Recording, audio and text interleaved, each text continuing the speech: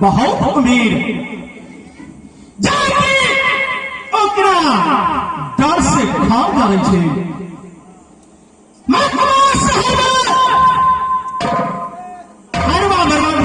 दादा जाके बन सार दिलक दुर्गा बचावे के लिए तब दुर्गो के बैन दिला तब एगो जान भी बैन दिलक अपन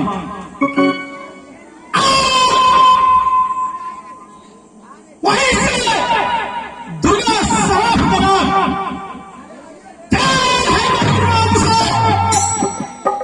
जी से तोहर संपत समझ जताओ